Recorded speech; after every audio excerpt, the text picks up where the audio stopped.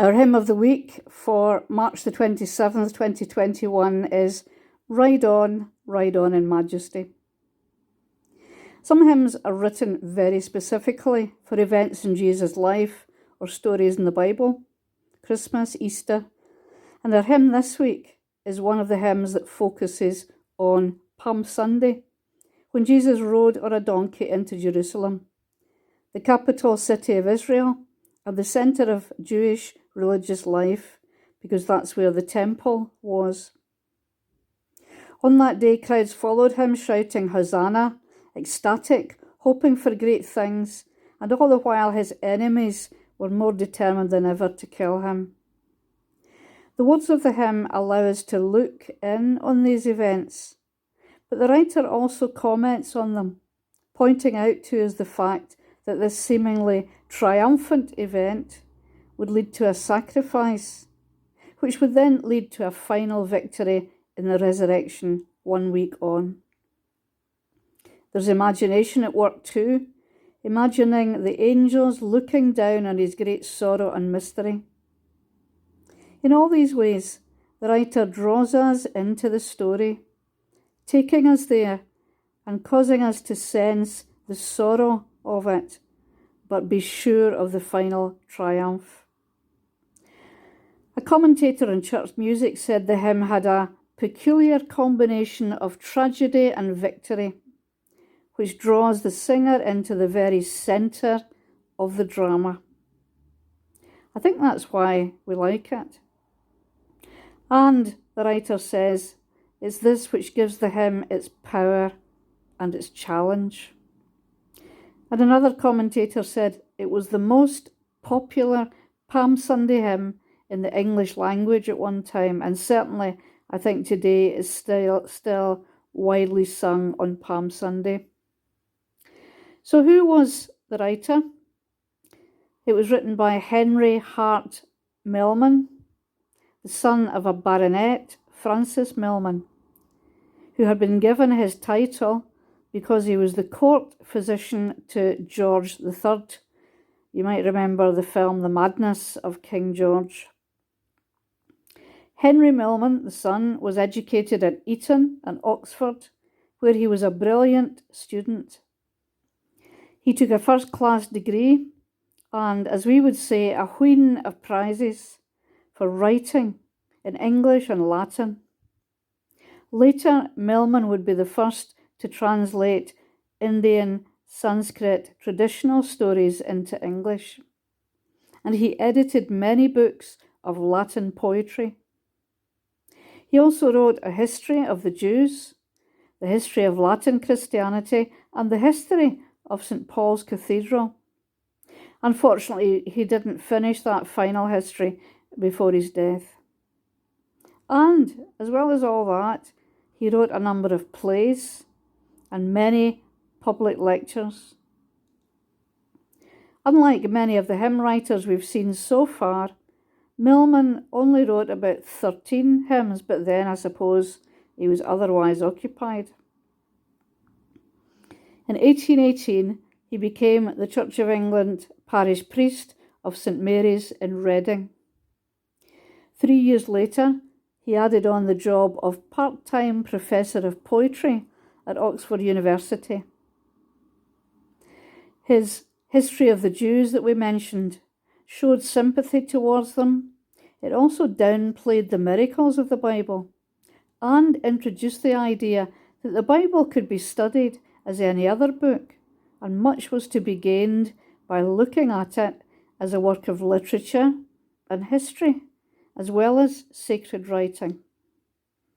These ideas did not go down too well with some in the church, and probably delayed Milman's promotion through the ranks. But through the ranks he eventually went, becoming in 1849 Dean of St. Paul's Cathedral. All of these books and all of that fame in church and academic circles. Yet most folk know him, and most probably don't know him, as the writer of Ride On in Majesty, which for many is a hymn that helps them begin their Palm Sunday, their Holy Week, and their Easter journey, in the same way as the hymn Once in Royal David City helps us to begin our Christmas journey. Both hymns are part of the wealth of our hymn book that tell the story of the life of Jesus and draw us into it so that we can follow him and worship him. As for the tune, we sing it to Winchester New. This tune started life as a German hymn tune in the late 1600s. It was also used by Charles and John Wesley before William Havergal adapted it to produce the tune that we're familiar with. William Henry Havergal was an Anglican clergyman, a writer, composer, hymn writer, and a publisher of sermons and pamphlets. His other claim to fame was as the father of Frances Ridley Havergal, the lady who wrote Take My Life and Let It Be, among other hymns. William Henry, like Milman, also went to Oxford, then became a parish priest. From the age of 14, he played the organ in his church. He was disabled for some years because of an accident that caused a brain injury and found comfort in music. He collected and revised hymn tunes and also wrote hymns for adults and children. As we know, hymns don't become well known unless they're in a hymn book. And Ride On in Majesty was published in Bishop Reginald Haber's Hymns Written and Adapted to the Weekly Church Service of the year 1827. For this hymn book, all the hymns were chosen and put in order of the times of the church year: Christmas, Easter, Pentecost, different saints' days. Heber also, like the other two men we've mentioned, worked as a Church of England priest, and then he went abroad to become Bishop of Calcutta. Ride on in majesty.